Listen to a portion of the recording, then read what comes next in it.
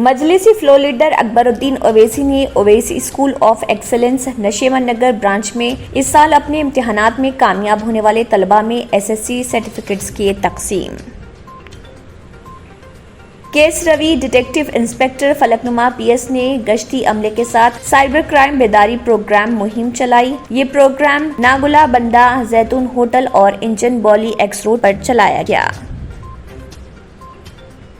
تلنگانہ کے وزیر IT و بلدی نظم و نسق KT راما راؤ نے کہا، ریاست کو کووڈ کے بعد کی دنیا میں ابھرتے ہوئے موقع سے فائدہ اٹھانے کے لیے تیار رہنا چاہیے۔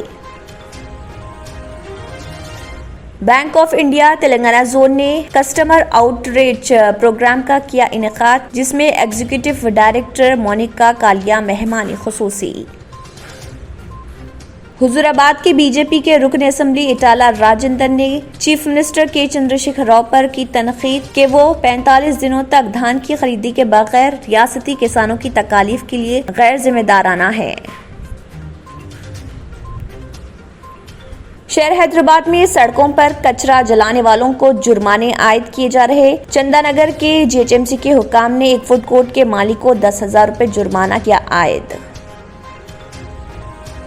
تہوار کے موسم میں اضافی رش کو دور کرنے کے لیے ساؤتھ سینٹرل ریلوے حیدرآباد اور بیکانیر کے درمیان خصوصی ٹرینیں چلائے گی۔ ٹرین نمبر 07037 حیدرآباد سے 11:50 پر روانہ اور 2:35 پر بیکانیر پہنچے گی۔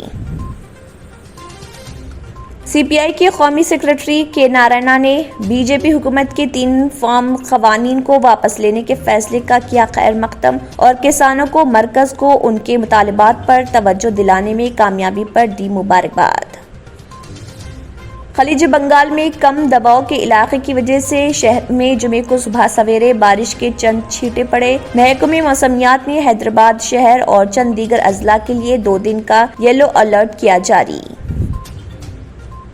کانگریس پارٹی کے ریاستی یونٹ نے مرکزی حکومت کے فارم قوانین کو واپس لینے کے فیصلے پر خوشی کا کیا اظہار اور اسے ملک بھر کے کسانوں کی جیت دیا قرار۔ TPCC کے صدر ریونت ریڈی نے کہا، یہ ملک کی ایک تاریخی فتح اور موقع۔